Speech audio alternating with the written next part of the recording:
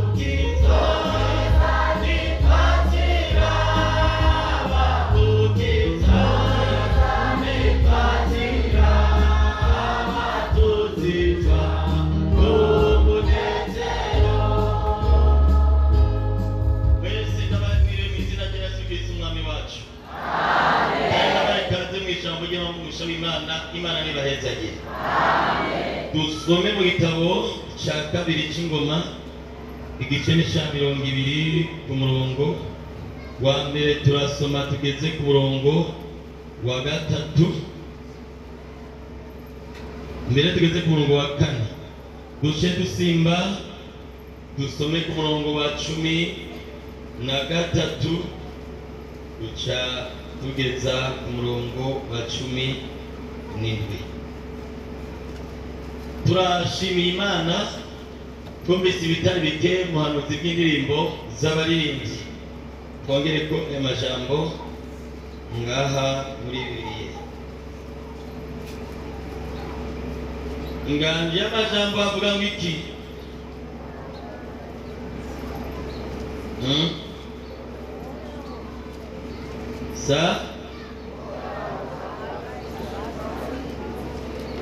sawa.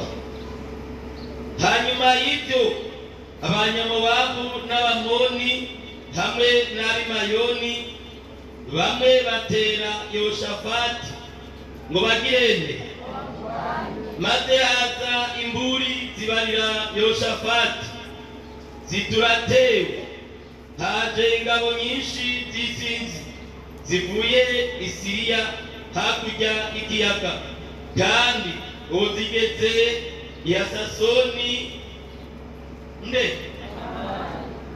ariyo Enigedi.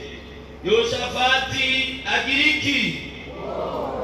Aca agira umwete wo kugirane, ashinga umunsi wo kugirane hehe, maze abayuda bose bakoranira hamwe ngo basabe Uhoraho agirente.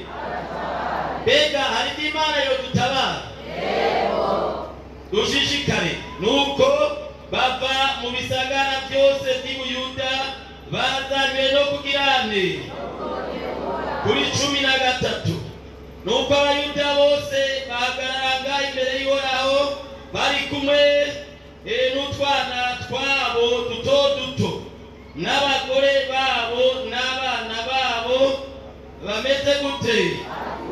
Maze Uhoraho aza kuri Yaziyeli mwene Zekariya wa Benaya wa Yeyeli wa Mataniya umulewi, umwe wo mu ba Asafu, amuza ko yari hagati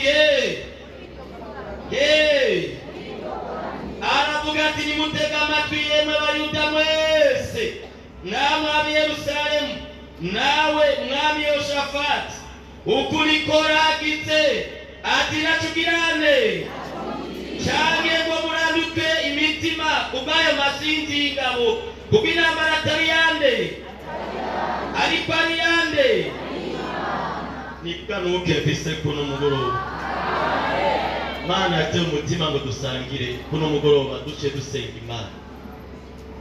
Aya majambo twasoma amajambo atari make, ariko ngomba mvuge ku ijambo rivuga ngo kugira umwete wo kurondera Imana. Ijambo ry'Imana yatubwira ngo abarondera Imana ubudahumeka bazoyibona. Yesu nashimwe, Yesu nashimwe. Kandi sinza kuvuga amajambo menshi, ariko tubavugane ku ijambo rivuga ngo kugira umwete wo kurondera Imana, kugira umwete wo kurondera Imana. Aya majambo twamaze gusoma, twabonye Yoshafati yaratewe n'abasi biwe, biravuze ngo haraza imburi cyangwa abantu baje kuri Yoshafati babwira Yoshafati ngo Yoshafati uratewe. Jewe ni muntu wese ariko turagamba ati burya rero iyo utewe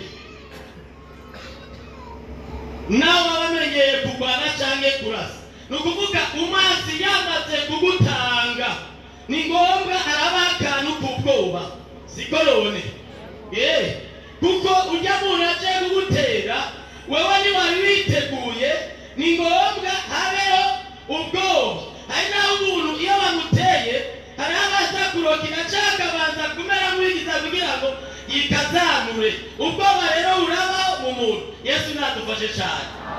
Yoshafati rero ngo atewe n'abasi biwe ngo acaragira ubwoba. Nabaje mbega hari ibintu biteye ubwoba, hari ibintu bidutera ubwoba, hari ibintu biduca ibuto, hari ibintu biduhagarika umutima. Yoshafati atarafata ingingo turebe. Nafashe ingingo, yemwe Bayuda mwese n'ab'i Yerusalemu, nimuze dukorane turondera Imana. Ngo bacaragira umwete wo kurondera Imana, ariryo jambo ngomba ko tuvugana ko kuri bwo, tugira umwete wo kurondera Imana. Muri ibyo bibazo urimo, muri ibyo ntambara urimo, muri ibyo biguteye ubwoba, muri ibyo biguhagaritse umutima, gira umwete wo kurondera Imana. Ibyo bibazo bitohera, ibyo bibazo bitohagara, ibyo ntambara urimo bitohagara. Yoshafati ngo bashiraho ego umunsi wo kwisondesha barasenga Imana. Ndakundi ishengero rimupimira. Yesu nashimwe, Yesu nashimwe. Ndakundi ishengero ririmo mwemu yera kandi ririmo abantu Yesu adufashe. Nawe rero abantu muri iyi minsi bivugisha siko none abandi bantu hari ahantu bari bategura urugendo rwe umukobwa umwe ngo tuzogenda nk'uno ugani tuzogenda mu Carama ubundi ati tuzogenda mu Kanyosha abo baravugishijwe none akeneye gusobanura umwe aca aravuga ngo uyu mukobwa avuze ko tuzoza mu Carama sivyo ariko avuze mu Kanyosha nivyo uyu bavugana mu Carama afise umusore bavuganye bazogenda kuyagirayo kuganirirayo ibyo ni byabaye kuko yabango benshi bazobabwira musengo mwana twavugishwa nawe midira ariko batari mukuri ariko biko ndavuga abavugishwa bari mukuri Yesu nashimwe kandi abavugishwa bukuri bariho Yesu ashimwe Yesu ashimwe narigeze kubona umunsi wo turasenga twari kumwe n'abantu batari bake hanyuma bamwe baravugishwa bariko baravugishwa abantu abigere mbona bavugishwa n'umusinuko Imana irabwira ngo ngomba nagusuzumira abavugishwa ngo abantu bose bavugishwa nta n'umwe ariko avugishwa nanje n'ikimenyetso nuko imbere mu biti igomba zibafata aho nyene baratanga gufatwa n'ibisigo gutangura gusenga niko ndavuga abavugishwa n'Imana bavugishwa n'Imana tukuri Yesu ashimwe Yesu ashimwe nasoma ijambo ry'Imana mujete parari y'Abakorino ngo nigute bene data iyo mukoranye nigute bamwe bahabwa kumenya amabanga abandi bahabwa kuvugishwa n'Imana abandi bahabwa kubona ibyo betse niko ndavuga kuri umuvugishwa mugesha Shafati Yesu nashimwe ngo bariko barasenga rero bamaze kurondera Imana n'umwete wabo wose bisondesheje barasenga bati Imana ihera abantankomeze ndabati kwemera intege nke z'umuntu n'icyaha sa umuntu kwemera intege nke ziwe n'icyaha jewe ndemera intege nke zanjye Yesu ashimwe Yesu ashimwe Yoshafati ati jewe n'umunyantege nke Mana urabizi abasi barateye kandi ni benshi umwaca aravugishwa ati Yoshafati namwe ababa i Yerusalemu ntaco mucika ivutu shanke ngo muranduke imitima kuko intambara atari yanyu ariko intambara niyo uhoraho ashaka ngo nibihagarire gusa tuzihagarira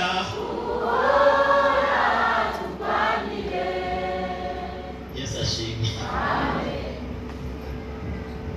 reka tuze turanyigisha uvugishwa bati ewe Yoshafati namwe abari i Yerusalemu umiriza ntaco muranduka imitima shanke ngo mugire ubwoba mwebwe nimihagarare mutonde urugamba mwitondere ibyagezwe mugoroke mwetwe mugizwe neza mw'abantu b'Imana beza bakijijwe intambara si yanyu ariko ni y'Imana zirya ntambara zose ubona birya bibazo byose ubona ajya amageragezwa uri kuraca Imana irayazi Yesu ashimwe Yesu ashimwe Dawidi yavuze ngo nzoryama ngire gute ataco ngirane jewe rero sinzesha niryamye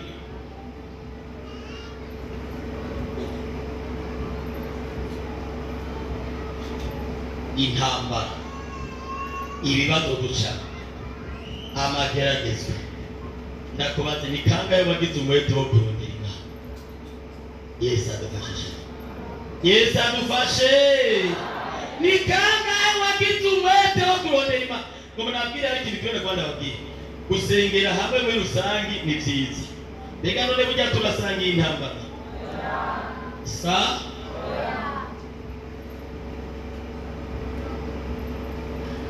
mbega turasangira ibibazo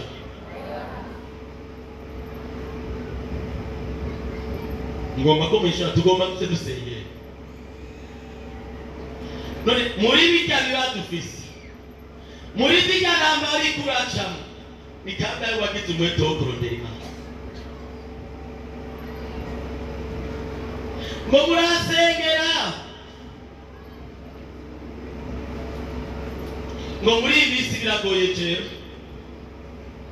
biragoye nyine mbega nta muntu we yibagira kwisengera yegana barashobora kukwibagira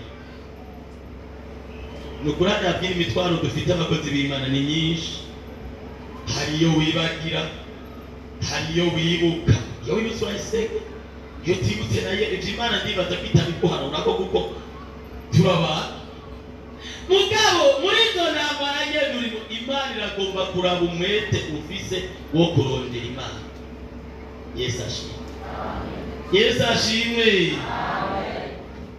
reka ibyo ndiko ndavuga birumvikana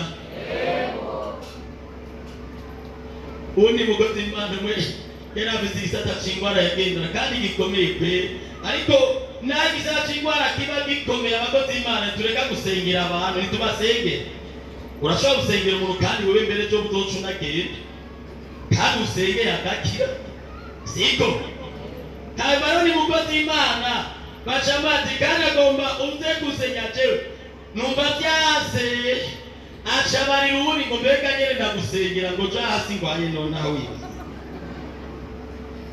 yarumva ko byanga siko yarumva ko byanga muri yarumva ko kwa cyane mtige cyo niko ndasengera abantu ndimo amaseru mu bitaro niho ndaciye mbona bwabo naza mbona umuntu araje mu bitaro seru muzindimo umutwe byamitse ubona agomba musengere gacu musengera seru mirimo kandi agacava ngaha kitu gacusika ruryamye mu bitaro ibyo biraba siko kandi arakirika erega ubaye witera Yesu ashimwe erega nibyo biba turimo nanga witera bizopfaho nabo bisumye umwanya mwiza wo kurondera Imana nabo bisumye wo kurondera Imana ibyo bibazo byose bizoha Yosafati ngo acagira umwete wo kurondera Imana arisondeje ndababwira burya nta kintu kiryoshe nko kurya mbega kurya biraryoshe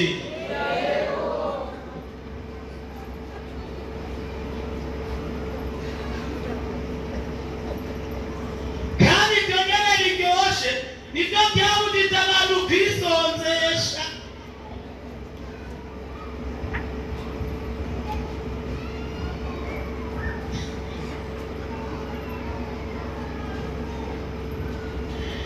iganya nisonzesha umuntu abuze ibyaha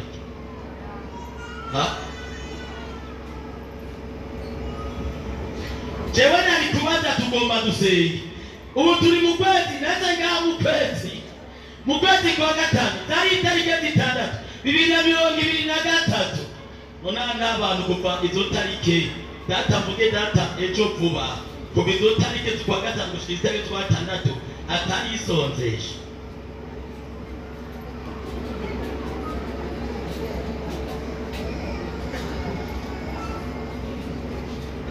mbega none watari isonzesha nta bibazo agira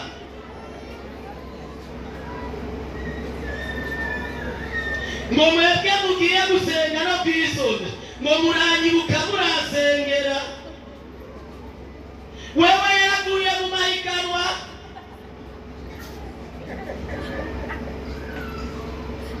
wewe ibyo yarabiretse n'ibikimuraba kwisonzesha n'iby'abakiri bato ejo bundi nabonye umutamakazi w'imyaka 80 yarangiza ari mu cyumba cy'amasengesho Imana yabwira abasenzi ngo umugeni iri joro arata muri mwebwe harimo umugeni yarafise imyaka 80 isonzesha Yesu nashimwe Yesu nashimwe n'ibyanga ko bisonzesha ntugire ngo ntihari ababishoboye n'ibyako nisondesha sinzokwe ngo nta bantu babishoboye turagize ngaho muri Yesaya 53 dusenga Imana.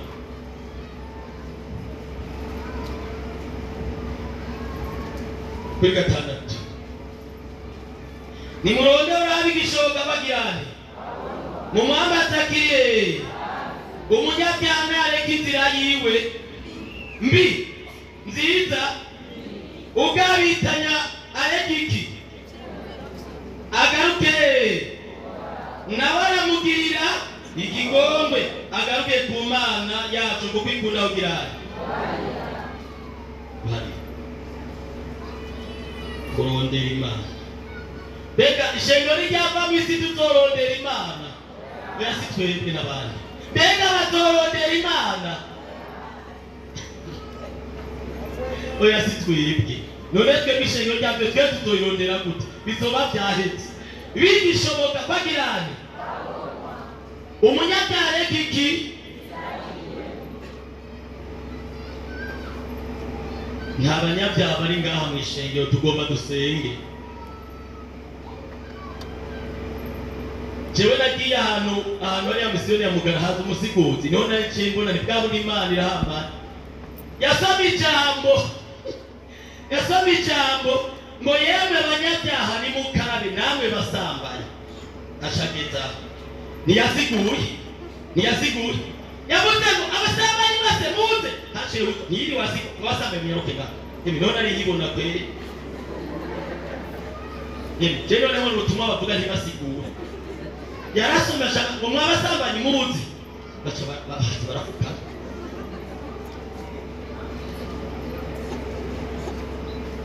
tugomba mbere dusenge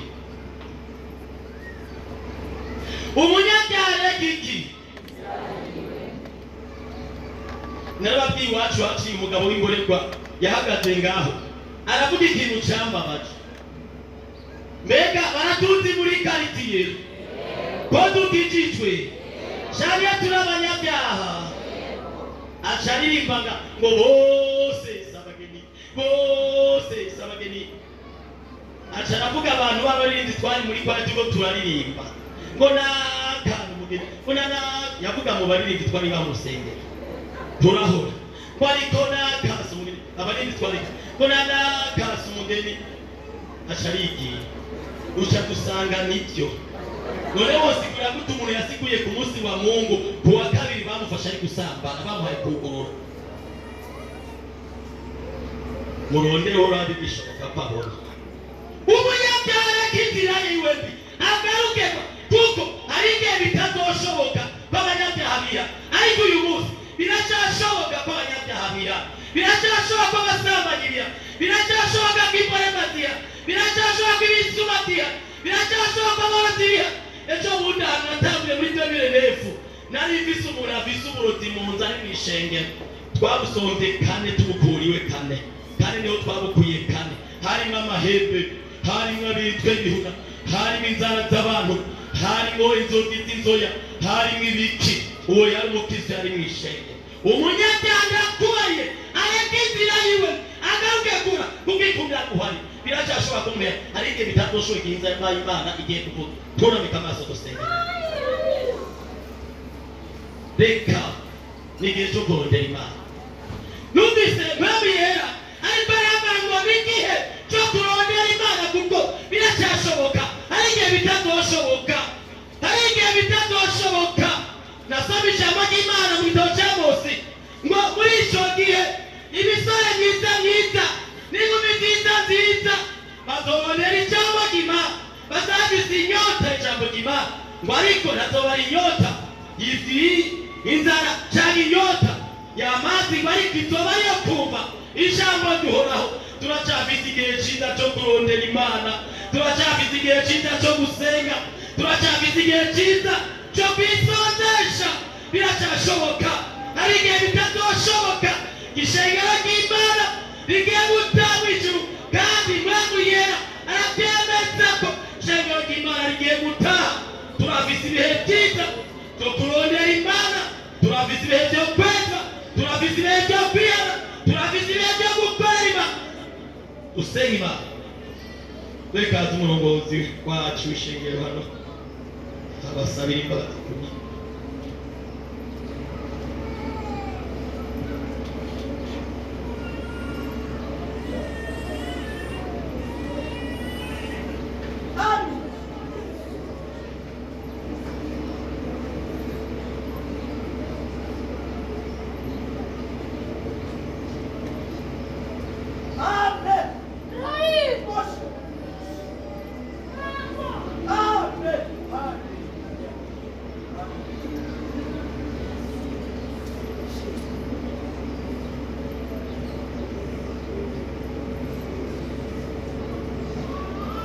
dusenge.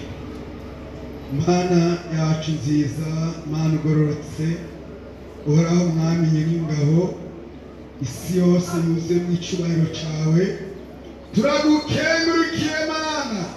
Uyu mugoroba mwiza wongeye kwivuga, ubwiye abantu ngo nibarondere uhoraho, turondere uhoraho, bigishobora kubonwa.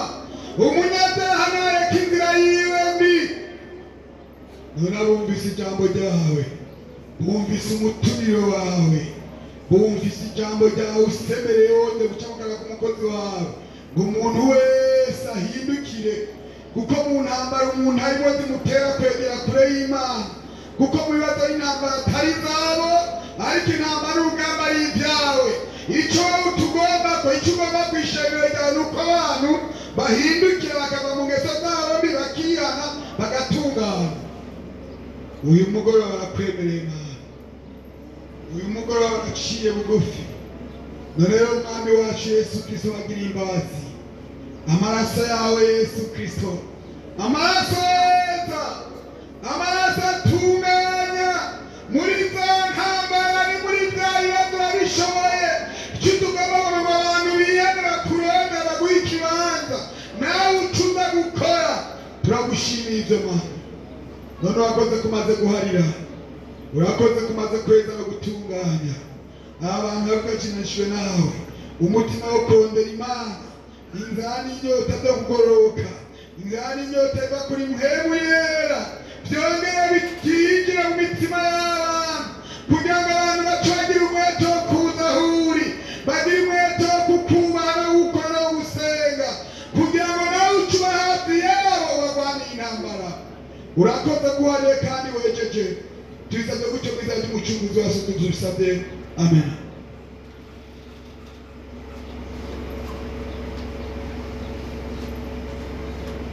Abarwayi bahagurukira aho bari, n'abafise imitwaro ibaruhije, bumva ko Imana yobatabara kuno mugoroba, hagurukira aho muri gusenga Imana. Mana yo mwijuru, Mana yera, turagushimiye imbabazi zawe zamare bidashira mu izina rya Yesu Kristo. Nawe abasazi bawe Mwami bari hano, barafise imitwaro itandukanye, muri bo hari abarwayi, muri bo hari abafise imisozi y'amageragezwa, muri bo hari ababuze ingomezi. Mana turasenze, Mana isaha mugoroba ngo abe isaha umugisha mu izina rya Yesu. Barahagaze Yehoshafati ari mu ntambara, baragomba ko ubatabara, baragomba ko ubarwanirira, baragomba ko uba mu ruhande rwabo. Mana ngwino wiyerekane, kora ibitangaza. Haleluya. Baragomba gukora, baragomba kubona ugutabara kuva mu ijuru. Urakoze Mana kuri hano, urakoze kubagire neza mu izina rya Yesu Kristo, amen. Ambisa amajambo y'umukayizera, Imana nibahetse agiye.